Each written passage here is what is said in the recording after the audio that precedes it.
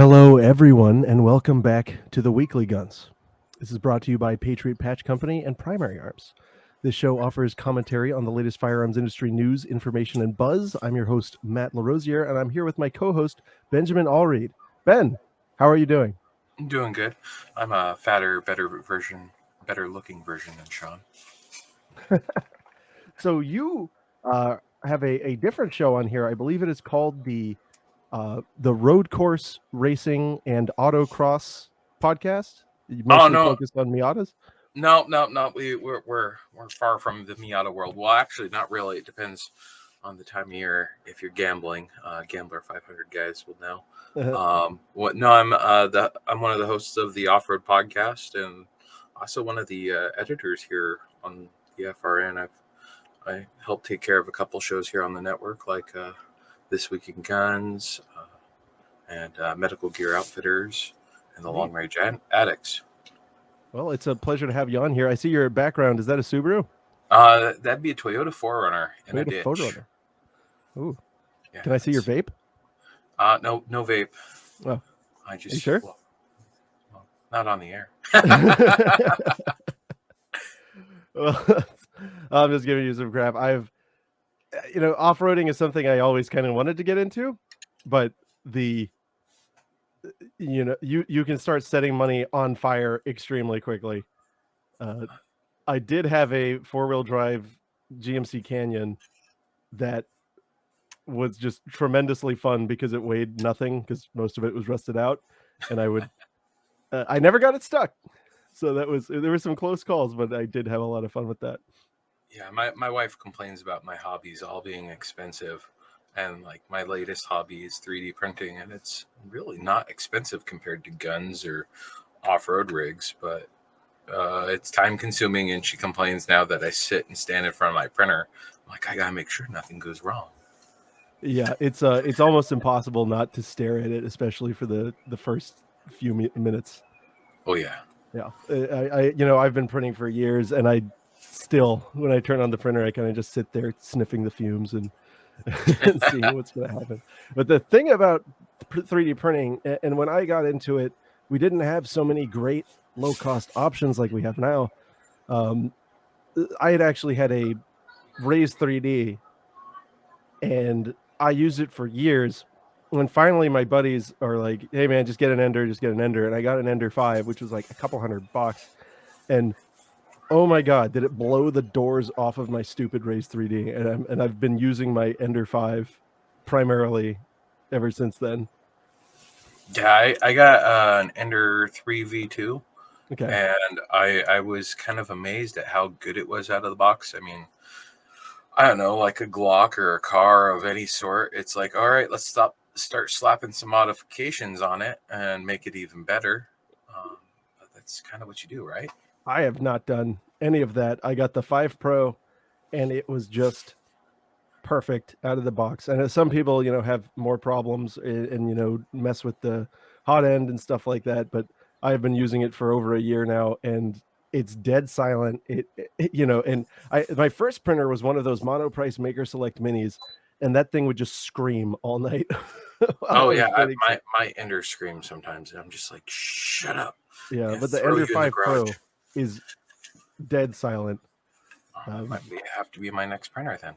Well, yeah. Well, if you guys are watching on YouTube, I'll put an affiliate link so that you can feed me. Thank you. So speaking of ammo prices, right? I'm gonna skip into this story first. There's always uses for Redditors, right? Always. They find the weirdest stuff and they just zero in on it. Yeah, and I feel like it's the most fascinating hive mind of the time monopoly that you can ever see, and it can be very useful. So there's one user on Reddit who just every now and again he'll compile all of the ammo prices from AmmoSeek data, and he's built a trend line, right? And we can see here, if we look at his graph, this might be some good news. Everything has kind of stagnated since after July of 2021. Yeah, it hasn't quite gone all the way down looking at it, Right. but it's at least not peaked up there at 60 cents per round for a 9mm. Well, the one that is really devastating is our little friend 380, right? Uh, all of us have guns in 380. I'm sure you'd have at least one, right? Yep, I've got a Glock 42. And you want to shoot them sometimes. And Not right now. yeah, for a while I've been like, oh, I guess I can't shoot that. I guess I can't shoot my PPK or whatever. But look back here, May of 20, it was 23 cents a round. March, like 380 story is the nuttiest one here, in my opinion. It has the highest peak down back to a fairly modest low. It was 94 cents a round at the cheapest price between March and May of 2021. And now it is down to about 46 cents. And we see a fairly straight trend line going on there. So I do wonder what is behind this. What is this one? Oh, and 22LR, of course, the old, that graph may look compressed, but it's actually not, seeing as we've gone from 4 cents to now hovering around 10 cents, which is double. It's really problematic. Yeah. It's really annoying. 22LR is supposed to be inconceivably cheaper than 9mm, and it is just too close for comfort now at this point. Well, that you think about it, what shooting a 1022, 1 meg is $1. Right? That's nuts. I remember going into Walmart and getting the accursed Remington Gold Bullet brick for $15, and that was 550 rounds, and that was like 2 little range trips of fun. Yeah. The last time I saw Remington Gold sitting on the shelf was at a some stupid outdoor store, and it was $50. Oh. And it's just like blown away. But I don't know. What do you think? Do you think that it's the panic settling down? Do you think that maybe production is catching up? What do you think? I think it's a mixture of both. Panic is coming down, but of course there's going to be the ammo zombies, the guys that show up at I guess Walmart isn't really an option anymore for that. For 22. But, yeah, for your 9mm and all that. Those guys that are, there's a shortage. I need to buy more. Yeah. But I they're think, already sitting on 80,000 rounds. Yeah, their bank accounts are finally getting a little tapped out, and we did get a huge influx of new gun owners at the beginning of COVID, and I think they've started to get some ammo, and so I think once people start getting out more again, we're going to see another little surge, but it might balance out as some of those either don't train or just give it up, and it'll be more of Grandpa's 22s in the attics to me. Do you reckon people aren't shooting as much right now? A lot of the people that reached out to me and went out and got guns aren't shooting as much. Yeah. I haven't been training as much because it's, I haven't wanted to replenish, so I haven't wanted to go shoot. But like now I'm building a Glock 19. It's like I'm going to have to tap into that storage. And then my son's talking about building a 22 with me. I'm like, now I'm going to have to spend more money. So wait, how do you feel about 22s? Because I think you might have the right opinion as compared to our usual friend Sean Heron. What's your opinion of 22? I think it's a great basis for training kids and getting started, and it's great for building fundamentals and murdering iguanas. Yeah, and I mean, what is it? Poachers use them all the time for deer and stuff. So Really? Yeah, like they're what was that show? Alaska State Troopers. They caught like a bunch of guys using 22s to get deers. They were just driving and to shooting out the car off the road and all that. And a lot of those guys had 22s. It still kills. It's just not ethical. So. Right. Now I adore 22. I shoot a lot of 22. And partly because I can afford to get a lot of trigger time, yeah, at the range. I have a CMMG bolt for my AR, and I've even got one of those Croatian AK 22 bolts, and they are just it really changes things when you can sit there and really get trigger time behind your platform.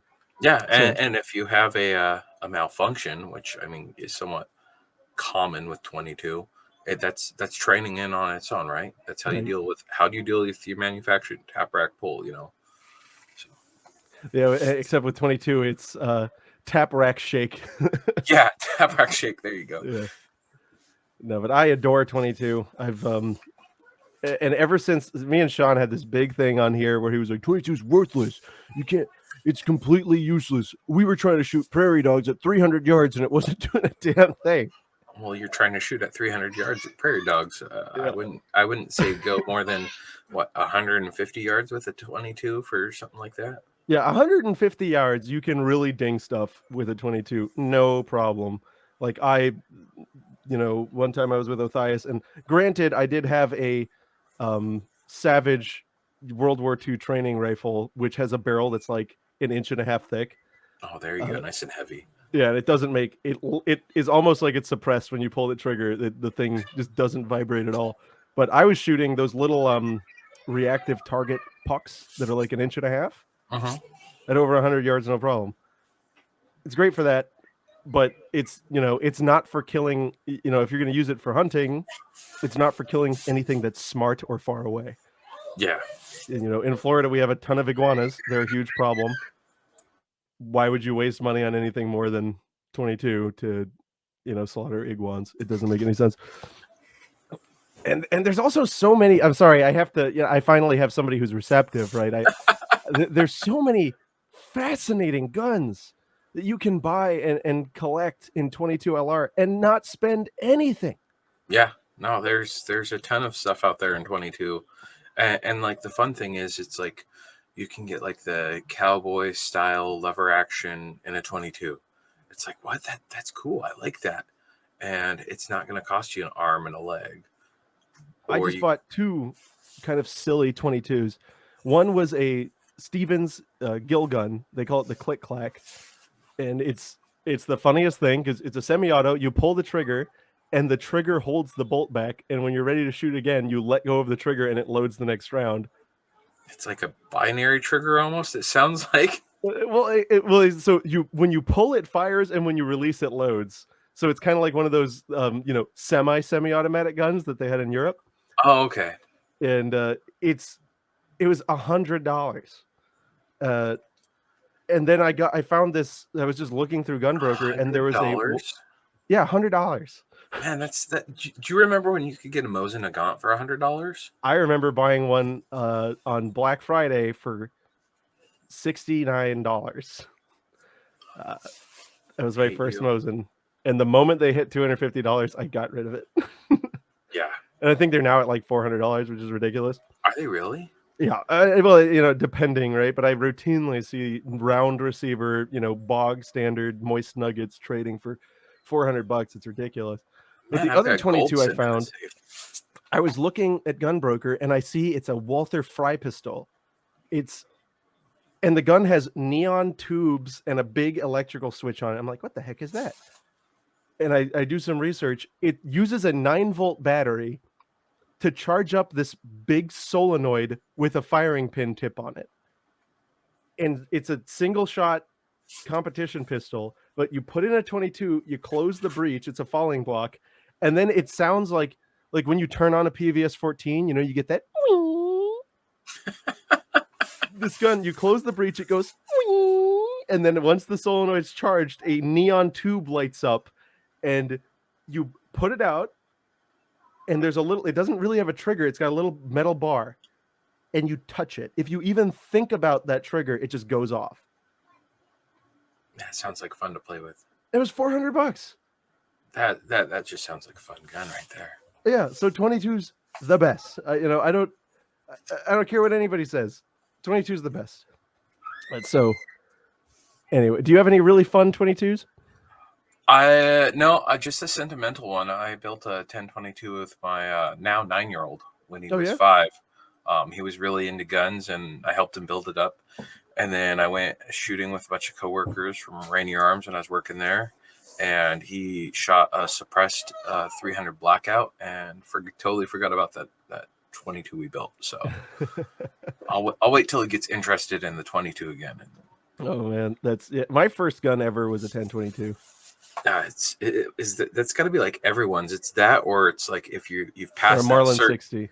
Yeah, Marlin 60, or you've passed that age and it's now moved on to what was it? That cricket? Was it the cricket? Oh my god, but that's dreadful. It is dreadful, but that's been like the one I see all my friends buy for their kids. Because it's $75. That's why. That's why they're buying it for their kids. Look, honey, I can justify this. Yeah. Well, I was at a gun show, and there was a guy with just a table of 22s. Like, actually, he had one table, and there was like 3 layers. And I walk up to him, and first thing I'm like, oh, that's a click clack. My friend wants one too because they're so nonsense BS. So my friend buys the click clack, $150, and the guy's telling me, yeah, this lady just came up and bought like all of my single shots. And I was like, what? He's like, yeah, it was an old Asian lady, and she just bought all of them. And I was like, why? And then I'm like, oh, Christmas is in 2 weeks. Oh, and then I'm like, my girlfriend's little sister wants to get into shooting. Hey, that's a Marlin Model 60. I'll give you $125 for it. Okay. And that was, nice. I was like, bam, best Christmas present possible, Yeah, especially from someone that you'd expect it from, right? It's like the gun guy. Yep, you're getting a gun for Christmas. Only people I really like get guns. Oh, there you go. Otherwise, they get cold, right? Otherwise, they get ignored on the holiday. There you go. But anyway, all right. Enough of me, just waxing poetic over 22.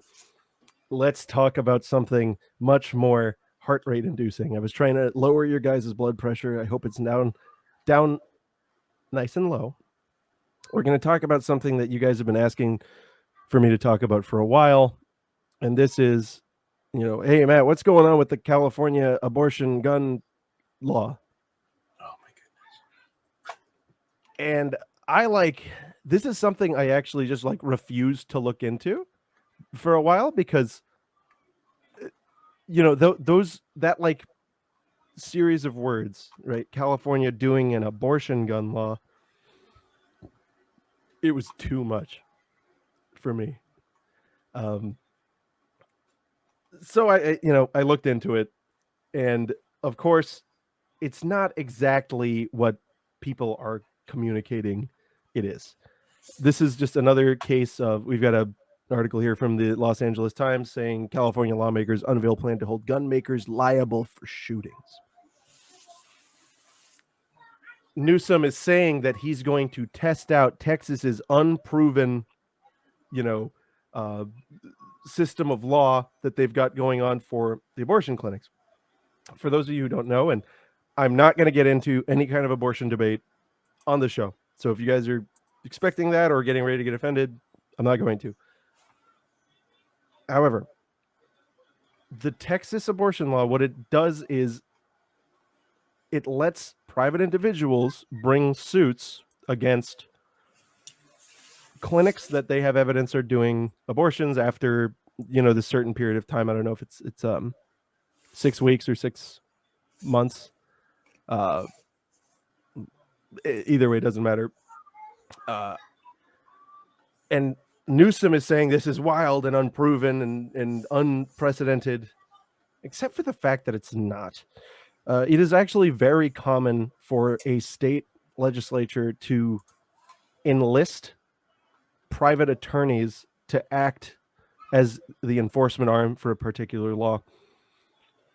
And the reason is it's going to be impossible for the state, or virtually impossible without an incredible expenditure of money for the state to go around, policing this. However, if private lawyers, see, there's a couple things. One, the private lawyers aren't getting tax money to do this.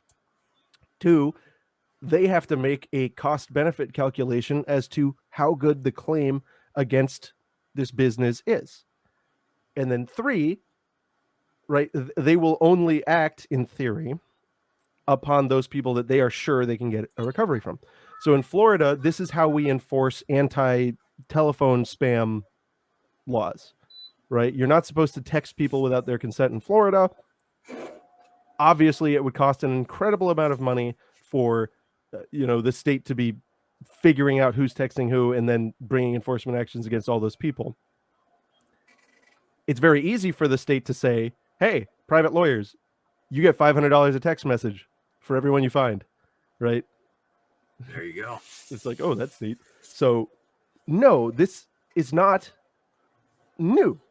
It's an interesting way of enforcing the law, but it is a very old one, and it's something that I kind of like when it's used in certain circumstances.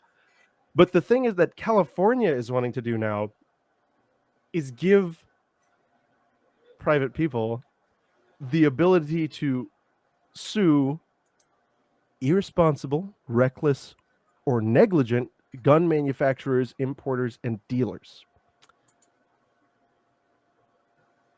It's not Yeah, it's a the hot same mess thing. is what it is. Like, so in the Florida law I'm talking about, it's not like negligent text messages, right, aren't something we get to sue for. It has to be willful, right? You have to actually be able to prove that this company was doing this on purpose and acting under this, moral or this manufactured moral high ground. Gavin Newsom is arguing that what they're doing. So I guess it could be one of two things. It could either be that he's arguing what they're doing is a strike back at this Texas policy that he doesn't agree with, or it could be him admitting, right, like trying to admit that what he's doing is unorthodox and unprecedented in the degree of extremeness that he's doing it by comparing it to something that's similarly controversial. Sorry for going off on a thing about that, but yeah, what's your take on this, Ben? You kind of hit it there with unorthodox. It kind of sounds like a desperate swipe at gun rights. It's like, if we can sue car dealers, we can sue lawyers for malpractice. So we should be able to sue gun makers because someone else used a gun in a wrong way. It's like they're talking about targeting assault weapons and ghost gun distributors. Right.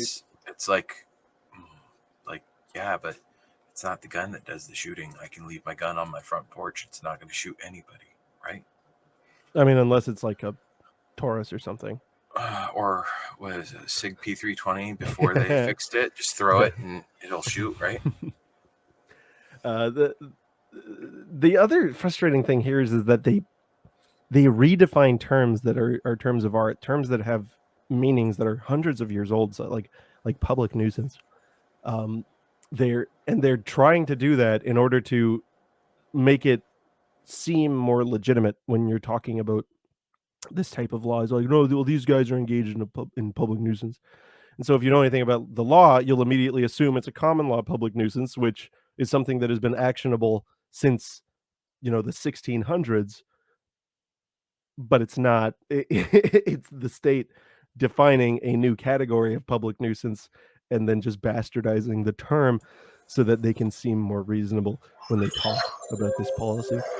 And this is the reason we got the various protections under the Protection of Lawful Commerce in Arms Act.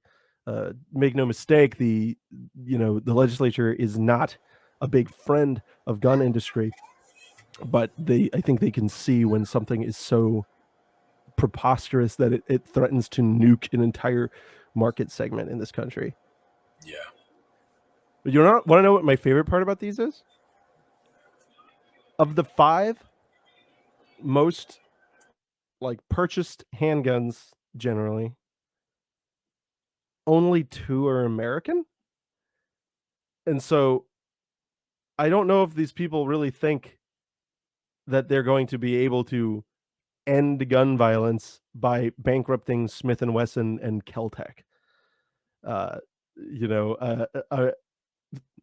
most of the companies, like kind of probably the simple majority of handguns and commonly used firearms out there are made in Europe. Certainly, most Glocks are from Austria. I don't think that what they're doing here is going to have a tremendous impact on the ability of Germans, Austrians, Brazilians, and Croatians and all the other countries that a lot of our new guns come from will do in manufacturing new guns to sell to U.S. distributors. If one goes down, well, the next person will be happy to pick up that contract for that region. Yeah, and the interesting thing is because they touched on like ghost gun manufacturers. So what is that? Parts makers. So are they going to target machine shops? Are they going to target parts distributors for? It's like, hey, I'm going to sue O'Reilly's because this part made by Dorman broke. It's my headlight went out. I'm suing you, Right. and you, and you, and you. No, it don't work like that. So good luck. What's funny is that you've just described the way products liability theory has devolved in the United States, but that's unfortunately, it is a little closer to that than it should be. However, there are defenses for those people who just handed over a product. But some of these same politicians in California were pushing for laws that would say it doesn't matter. Even if you never open the box, you should still be fully liable if the Dorman product fails. And that's just doesn't make sense. Is this going to open up a new your gun has to be labeled this gun may magically kill people in the state of California? Like maybe they should just say not for use in California and just have it be done with. There you go. That fixes it. Then we don't have to worry. Though that's a huge sector of the gun industry is sells in California. Yep. Well, so next up, tell me something. If you were going to rob a gun store, how would you get in? Because they usually got bars and locks and all that kind of stuff. What do you think you would do? I'm instead of being a Florida man, I might go for becoming a Montana man. So let's see this Montana man here. 1 second. A Montana man uses an excavator to tear down a wall in a Montana gun store heist. I've seen this movie. It's called Tread, right? Something like that. But yeah, 46-year-old Mr. Billings of Montana, he pled guilty on Wednesday to theft from a FFL, the U.S. Attorney's Office for Montana said in a news release. And, you'd think that if you're going to go through that kind of trouble, you'd be getting some cool stuff. Like, I'd imagine that this place just got in a shipment of SP5s or something. But no, he stole an excavator from a nearby construction site, which, by the way, guys, the keys are usually under the seat. I don't know why they do that. Have you noticed that? Yeah, I don't know what's with that. It's like it's so easy to steal like a Humvee or an LMTV. Oh well, yeah, those don't even have keys. Yep. But I have a tractor and I keep the keys on my truck key ring just because I do not want to hear about my front end loader, right, going and doing something nefarious. But so he steals this tractor or this excavator, breaks down the wall, and steals 5 handguns and 1 antique rifle. What was it? Was it like a 4570 or something? Probably doesn't even say. Well, it's News Observer, so I'm sure it says like there's no detail, and I'm sure if they tried, they would say AK-15 or something. Not well knowing that is a gun and a very good gun. Yeah, the AK-15. But the investigators learned that the man had been in the store before the theft and that he had behaved oddly. So he's probably told, no, we're not going to sell you a gun, but you can look around. But of course, when you find these people, the way to pin them is to find the guns, right? So naturally, you'd think that this guy, maybe using the aid of his newly acquired excavator, buried the gun somewhere, right? That'd be smart. No, they found him in his garage. Why would you do that? He is facing 10 years in prison and $250,000 in fines. And something tells me a man who is stealing handguns is not going to be able to cough that up. No. Welcome to debt slavery, brother. Next up, there's a interesting new gun coming out on the market. I've seen a lot of soy eaters and Reddit people very excited. So tell me, Ben, what do you carry right now? Glock 42 if I'm looking for something nice and small, concealed, or Glock 17. Okay. If I just don't care. Yeah, I carry a 43X, so I'm with you. But what if we could make it heavier and put a big hammer on it? Aren't hammer fired like grandpa guns now? Right, but you want that, right? No.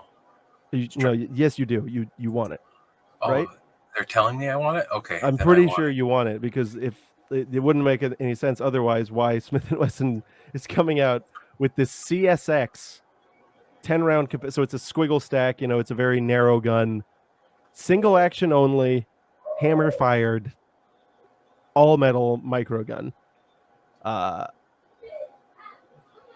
not gonna lie, I really hate it.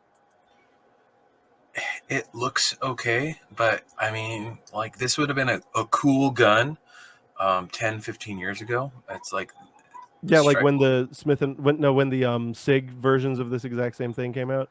Yeah. And everybody carried them for 6 months and then went, this hammer thing sucks.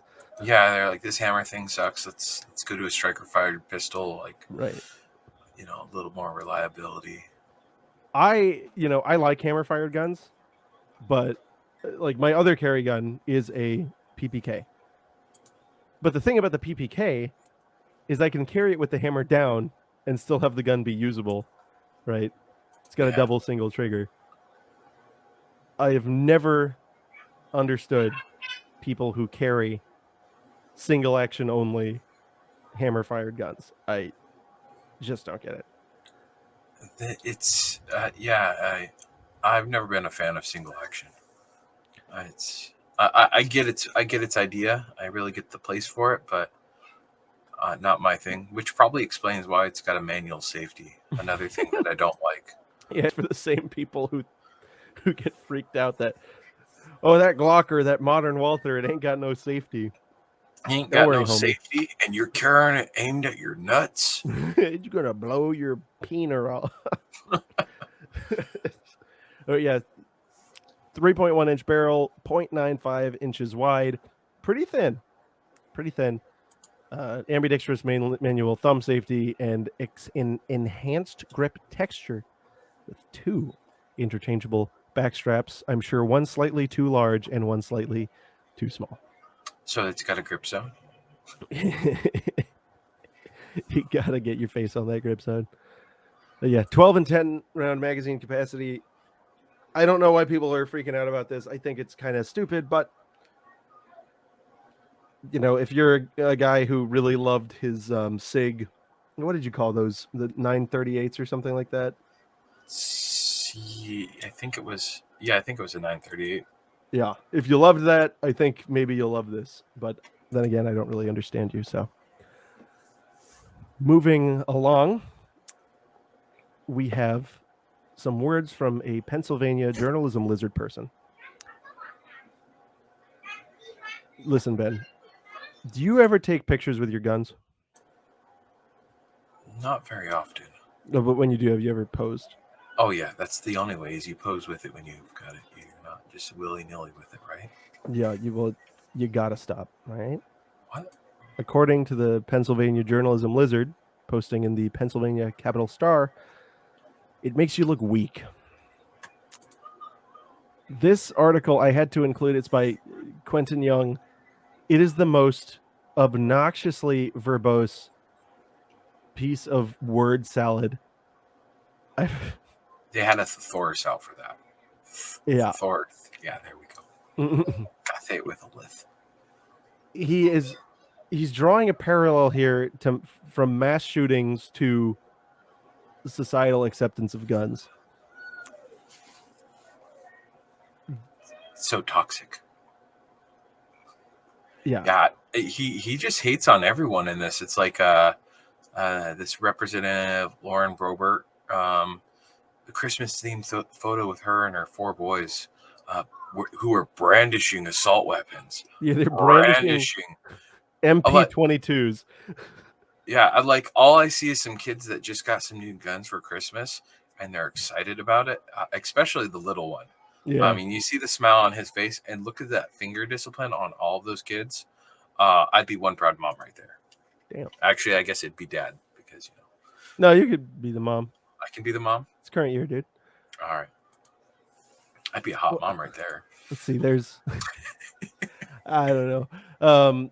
Yeah, many conservatives suffer, okay, from a compulsion to be photographed shooting, brandishing, or fondling firearms. It's loony, but it also contributes in ways that don't get enough attention to the epidemic of gun violence in America. When I read that, I had to scroll back up and make sure this wasn't written by Jack Thompson, right? Like, I thought the next thing was going to be that the Sega CD has to be banned.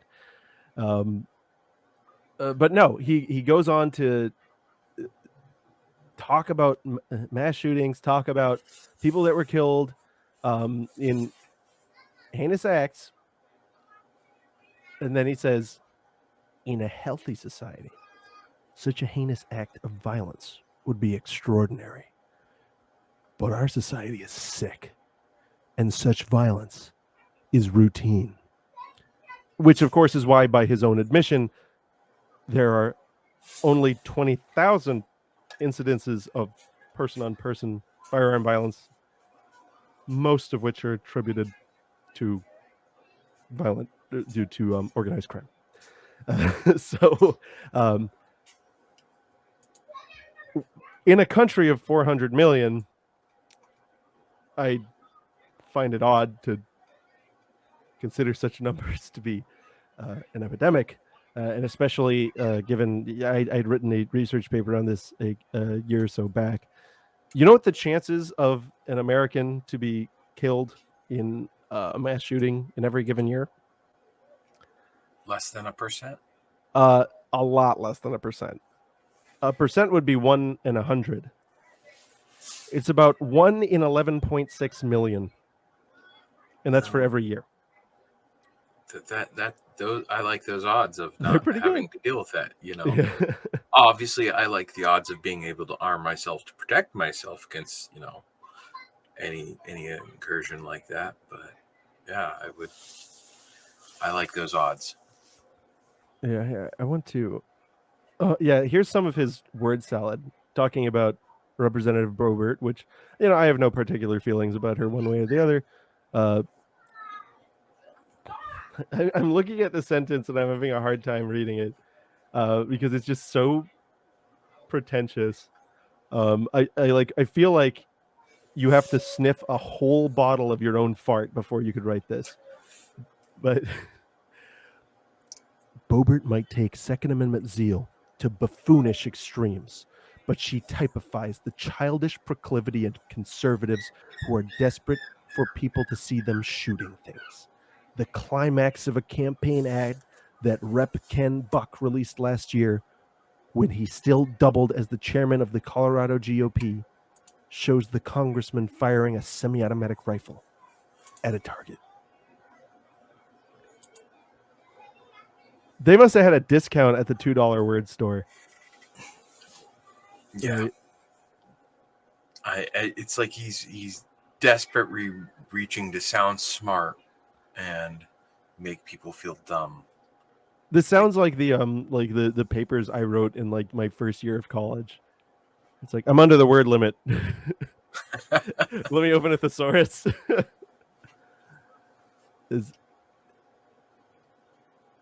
Yeah. As silly as these leaders may make themselves look, the message they send is dangerous.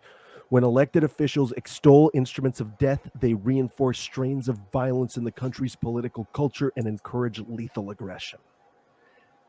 It's easy for most Americans when they see gun cosplay from their leaders to laugh it off as the antics of children. Gun cosplay. That sounds fun. That does sound fun. I'm totally going to do some gun cosplay now. Yeah, I think I could pull off a solid snake. You could, you know, it's a contest. Elmer Fudd. I can do Elmer Fudd. We have to get you the hat. There we go. Oh, I've got a double hammer here for you. Perfect. Oh, perfect. It's a FN 16 gauge. So, next up, this is from your neck of the woods. This is from the Seattle Journalism Lizards. I don't associate myself with those people. Well, it's from your state, and so you're gonna listen. If I have to take the rap for Miami, you're gonna take Seattle. I guess I'll take it then, because you gotta ban gun. I gotta ban guns, and that's Sideshow Bob's whole thing. I hate that guy. Sideshow Bob being your attorney general, right? Yeah, Bob Ferguson. Sideshow Bob Ferguson. Right. And so this whole article is talking about, the large magazines that hold more than 10 rounds, the blah, the blue. And the best part of this article to me is when Bob Ferguson, comments, I just don't understand when people say, well, that's not going to really get all the gun violence. Of course it's not, said Washington State Attorney General Bob Ferguson. But it's hard to see the light at the end of the tunnel if we can't even get bills like these across the finish line in Olympia. So it's like you want to see the end of gun violence, and you're frustrated that people are not ecstatic to push laws that are demonstrably ineffectual, and that lock innocent people in cages for no reason. Yep, this guy's been just a terrible representative for the people of Washington. We had a law that was passed, and we voted it down, but they said that our vote wasn't right. So, and he's like, I'm going to help represent you, but not really, because I agree with this law. So yeah, he's we just need a new Washington. Well, you can always tell though when an article is well researched and logical and good, right? And that's when the artist puts his name on it. And Mr. Seattle Times editorial board is a, I'm sure, stand-up in his community. That, I'm sorry, but that shit really pisses me off. Yeah. Well, it's like, I'm like, all right, who's all involved in this article? And they had like 5 or 6 names on it at the end. It's like, well, so who actually wrote it, and then who signed off on it? Which is whose ideas are these? Yeah. Right? Or was this communicated up from the beehive? And it really underlines the contradictions and the logical inconsistencies that you see in this type of stuff. Speaking of which, what's the state that, according to, Giffords and all them, has the best gun laws ever? Is it New York, or is it California, or is it California, the Golden State? All right. With the most, aren't they like the highest deaths too? I wouldn't worry about that. But listen, everybody's got to follow all these rules. Everybody's got, and I'm working on an episode on Fudbusters. We cover state laws and we go state by state, and I'm on California, and I've been working on it 2 weeks. It is so dense. When I finished the first section, the script was longer than the entire script for Alabama and Arkansas. Everybody has to follow this incredibly complex system of rules just to have the privilege of possessing a gun at all, except, of course, we've got reasonable common sense exceptions here, right? People in the entertainment industry, right? These people who really need guns, entertainers, musicians, right? They don't need to be doing background checks. They can't do that. So they're exempted with their special permits. And you got to understand, that makes sense, right? And aren't these the same people shooting people on their sets? I wouldn't worry about that. I think that the important thing here is that poor people, right, not be allowed to do anything. Make sense? Yeah, it makes perfect sense. Sit in your house and wait to be told to do something, like Yeah. go to work and pay half your paycheck towards taxes, Right. and It's then important barely be able to feed your family. because we need roads. You understand? So that's the model of California's gun system, and you know what? It's working fantastically for them. Underprivileged people are violently victimized constantly and then punished by their abusive and evil criminal justice system for daring to have the audacity to defend themselves without first paying their many, many hundreds of dollars to acquire any means to do so. Except, of course, we have the people who are more equal, right, than everyone else. And this article was really fascinating to me. It is called LA's Arms Race of the Affluent. And we have here, interestingly, that's an Interarms import Walther PP in 32 ACP, a really beautiful gun. But I kind of doubt anyone in LA would be buying a used Walther PP. So I kind of think this is a little inappropriate, right? Just a little. Yeah, it's a little, it's not acceptable.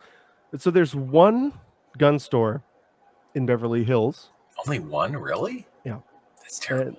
Well, then, the name says it all, Beverly Hills Guns. True. It's a concierge service by appointment only for an affluent clientele. And let me tell you, business is booming. They are like slammed because all of these good, important people, well, they saw their neighbors' houses getting broken into. And so what are they going to do? Gotta protect yourself, right? Gotta protect yourself. But only if you're rich. Yes.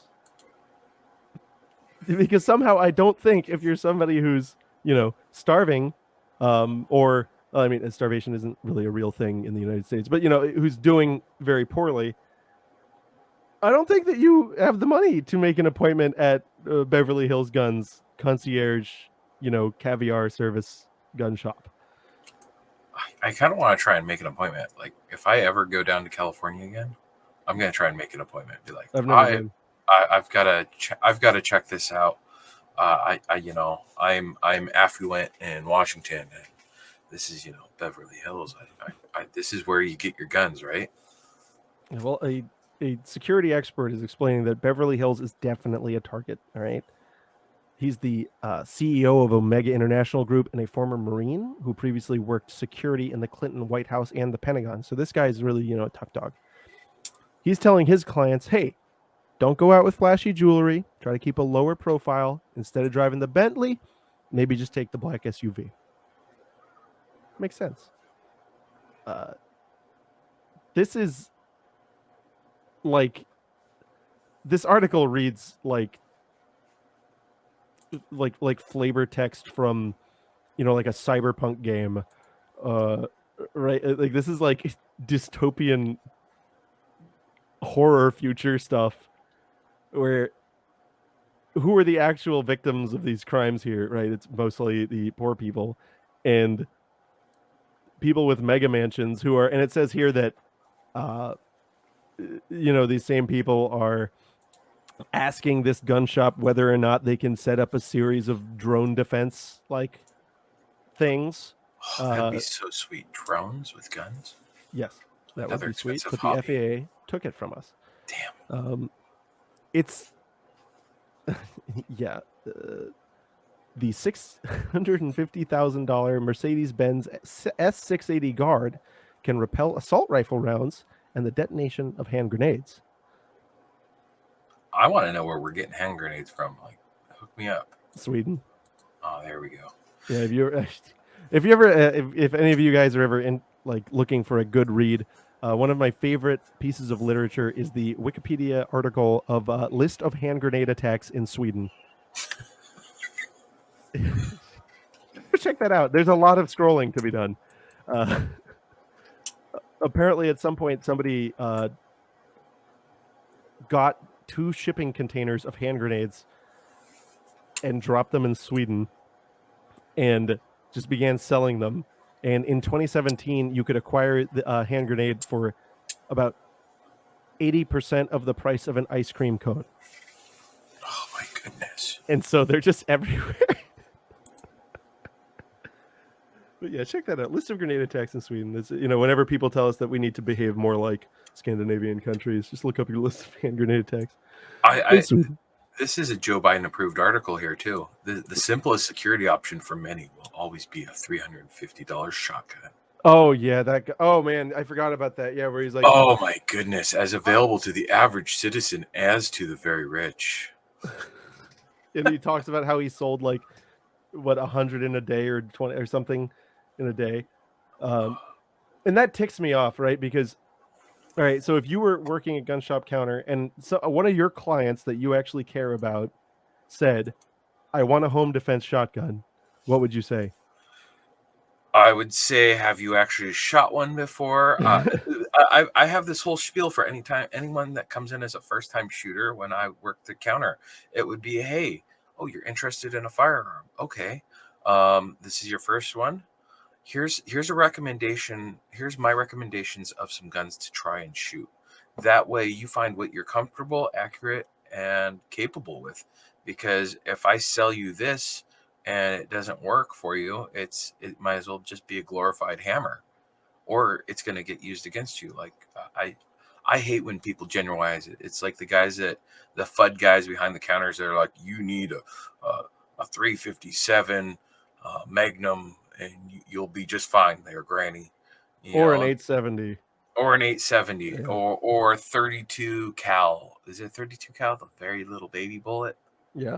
Yeah, it's just no. Like, go out, find what you're comfortable with, go shoot with something proper. Go do a range class, and I would recommend a couple different classes. And generally, those same people that went out that I turned them away from buying a gun that day, they came back and they came to me for several guns afterwards because I gave them the right idea.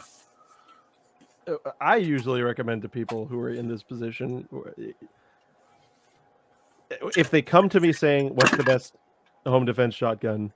I always say, get one without a front sight bead or a vent rib. That way it hurts less when he shoves it up your ass.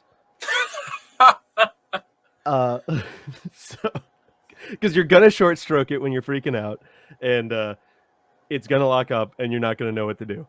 So I always say, look, if you're new to guns or whatever, you want an AK or an AR pistol because it's controllable and just really hard to mess up. Yeah. I still follow that up with take a class too with it. Right. Or go out with somebody that knows what they're doing. Yeah. That's you're comfortable teaching you, because like I've had people where they're there with their husband. I'm like, do you listen to your husband when he tells you how to do this? Might not be the best person to go out with. Right. And it generally works out pretty good that way. No, I mean, that is a great philosophy. But, a lot of people are not going to, they're not going to do that. They just want to buy it. Sell me the tactical shotgun, please. Yeah. What the all right, sold. Have a good one. Enjoy your shoddy. Yeah, enjoy your short stroke machine. Those Mossbergs with the magazine. Oh, Nightmare Zone. Yeah. I stopped selling KSGs. Really? No, the KS7s. Oh, okay. I like the KSGs. I really do. I love Kel-Tecs. You have to the KS7 is so particular about being, cycled that I just cannot. I cannot in good faith put that in anyone's hand. Yeah. Right? Like, with a normal shotgun, you want to smash it back and smash it forward, right? Like all the way. Yeah. All the way to stop, all the way to stop. The KS7, if you do that, or at least the 3 that I've shot, when you smash it all the way back, it'll drop the loaded round out of Oh thing, no! and then you go forward, and you have an empty chamber. Oh, too open, too open, too open. Yeah, my girlfriend was shooting it awesome because she was right, Yep, and it just ran going off every the time. fill. Yeah. Yep. Right every time. But anyway, yeah, I hate shotguns except the Browning A5. Moving on, Canada. Let me ask you something. There's, let's say there's 100 some odd thousand guns in Canada. These are nice people, very polite. Very polite. The government asked them nicely to please hand them over. How many guns do you reckon got handed over out of 100 some thousand? Well, Canadians obey the government, right? So everyone handed over all their guns, right? Everybody handed over all of the guns, 160 guns. Perfect. Because that's exactly how many should not have been handed over. Right. So it's not often that I go applauding Canadians Right. on their God-given rights to protect themselves. So like, please do fight back on that. Please fight hard. I mean, I'm proud of our cold hat. Only 160 firearms that the Liberal government prohibited more than a year and a half ago have been deactivated or surrenders, according to the Royal Canadian Mounted Police. Are they going to go door to door with their horses? Like, all right, we need your horse to kick open the door. This is so silly. But I'm super proud of them. And also, it's a big country with not that many people in it. So, like, what are they going to do about all the people who live on many, many, many acres of snow? What happened to your gun? Huh? They're going to kick down their igloo and roll in. Right, but it might be buried in another igloo or be hidden in a moose somewhere. That moose has the right to bear arms. It's a moose with bare arms, right? I have the right to moose arm security. Anyway, last story for today. There is there's a Rhode Island and a Connecticut Politick lizard, and they've been sitting down with the credit card lizards. Simple proposal. Make it so people can't buy the ghost gun on the credit card. Genius. I'm just curious how they're going to make that happen, because all you say is a dollar amount when you put in a purchase, correct? Well, no, but they're going to just, what they would do is pull service from people identified, on the bad list. Oh, that makes sense. Yeah. So the treasurer of Rhode Island is pressing MasterCard to restrict sales of untraceable firearms known as ghost guns.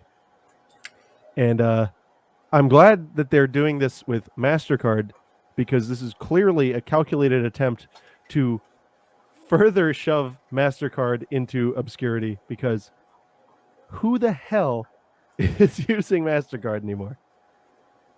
My debit card. That's about all I can think of. Like, credit cards it's fairly are all rare. Visa, right? Oh, well, most of them. It's fairly. What are you with a credit union? Yeah, I'm with a credit union. That's why. Yeah. Yep. Well, and it's like, all right, if go ahead, ban even using debit cards and whatnot. You know what I'll do? I'll buy it with some Bitcoin. Better yet, some Dogecoin. Just to laugh at you. The joking dog. The joke's on you, Governor. Yeah. This is ridiculous. Yeah, this person, by the way, their name is Magaziner, which is interesting.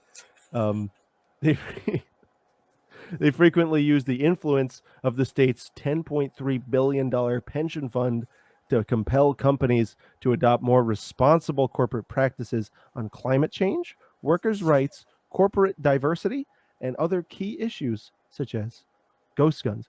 So this is one of those things that's being done with like a shareholder proposal, right? They acquire, which is so messed up, right? That you would use the pension fund to acquire a company, acquire like an interest in a company and say, hey, you better do this or I'm gonna dump my shares. Right? Dump them, I'll buy them. There you go. Like that's straight up blackmail, is it not? Is that not that's blackmail, or what's the other No, word? it couldn't be that because it's the government doing it. Oh, what's there's another messing with the market by threatening that inside trading.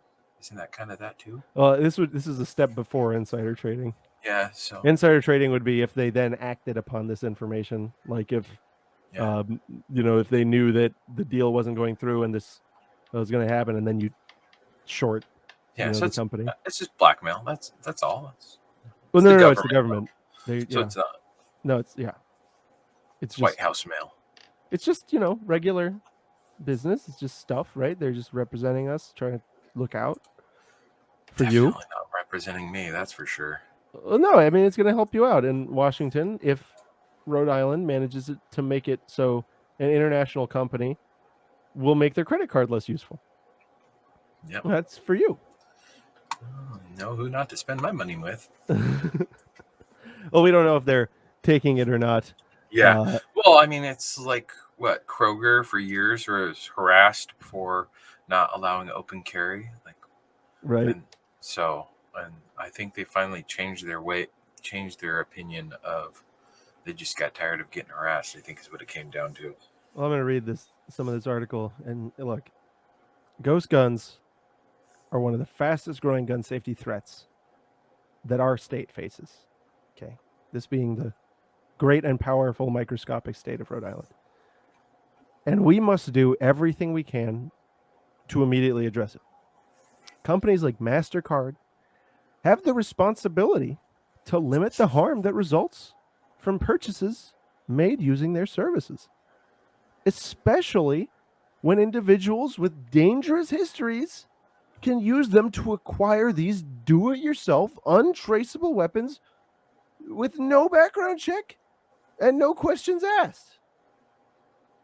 Listen, we are pleased to see Treasurer Magaziner stand with gun safety across our state and file this important request to protect our communities. And that child was Albert Einstein. Just kidding. That was Jen Boylan, volunteer of the Rhode Island chapter of Moms Demand Action. So they've sent their best to Moms Demand Action. Volunteer. It's like, how'd I know that name was going to come up? It's the moms. What, I've met this guy, Adam. Anyway, they've got this. What is this print rag? What is this lizard print? Yeah, Newport Buzz. They've got a quote from every single one of the bad organizations. Director of Shareholder Advocacy at Mercy Investment Services, another company that destroys privately held companies for literally no reason. Then we got Jen Boylan, the volunteer, Adam Skaggs, Chief Counsel and Policy Director at Giffords, Nick Suplina, Senior Vice President of Everytown, and Sydney Wardell, Executive Director of the Rhode Island Police Chiefs Association, who says that these guns are highly dangerous and illegal as they bypass the safety measures in place to safeguard the public. Of course, they're not illegal, but whatever. And I love the invocation of common sense measures, right? Like, it's such a ridiculous dog whistle. It's so Orwellian. How can they need to think of something else to say? Like, whenever I read common sense, I immediately I can hear the high-pitched whistle in my ear. Yeah, anytime I hear common sense nowadays, it's just like, so what you're saying is a lie. Because it's not common sense. Right. It's the common sense would upheld your rights and everybody else's. And thank you all, our dearest listeners, for supporting us the most. We will see you next week. Have a good one.